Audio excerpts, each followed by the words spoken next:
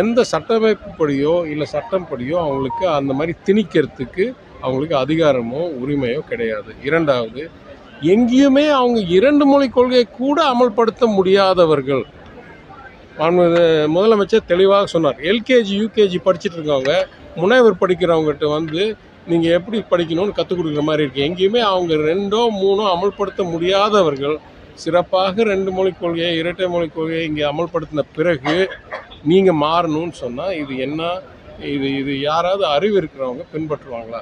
3வது கேள்வி, இத்தகைய சூழ்நிலையில் நிறையா மாநிலங்களில் அவங்களுக்கு ஒரு மொழி கொள்கை கூட ஒழுங்காக நிறைவேற்ற முடியாத சூழ்நிலையில் நம்மள்கிட்ட வந்து நீ 2 மொழியில் சிறப்பாக செஞ்சிட்ருக்க, ஆனால் நீ 3 மொழி பண்ணியே ஆகணும் கட்டாயப்படுத்தினா பாக்கி இருக்கிற இடங்களை நம்ம அளவுக்கு உயர்த்த முடியாதது என்றதனால் நம்மளை அவங்க அளவுக்கு குறைக்கணும் என்று முயற்சி செய்கிறார்களா என்ற அச்சம் உருவாகுது.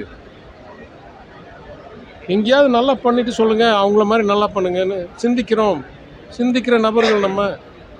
எங்கேயுமே சரியாக பண்ணாமல், எங்கேயுமே சக்ஸஸ் ஆகாமல், முழுசாக ஃபெயிலியர் ஆன மாடலை கொண்டாந்து சக்ஸஸ் ஆன மாடலை எடுத்துகிட்டு நான் சொல்கிற ஃபெயிலியர் ஆன மாடல் எடுன்னா என்னங்க அர்த்தம்?